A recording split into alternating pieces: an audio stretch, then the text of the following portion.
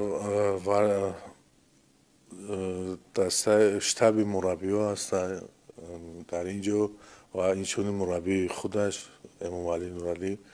فرخ روسابیروف و ما حتی پیش از گرند اسلم تشکین بود همین قرار را گفتن که ما اگر مقصد در همینجا مدال به دست بیاریم همین دو مسابقه که در انطالیا بود در تشکیل انطالیا بود همین دو مسابقه گفتن ما میریم اگر نتیجه خوب مدال به دست بیاریم ما یک قریب که بعد دو مسابقه بعدی رو ما بگیم که چی میکنیم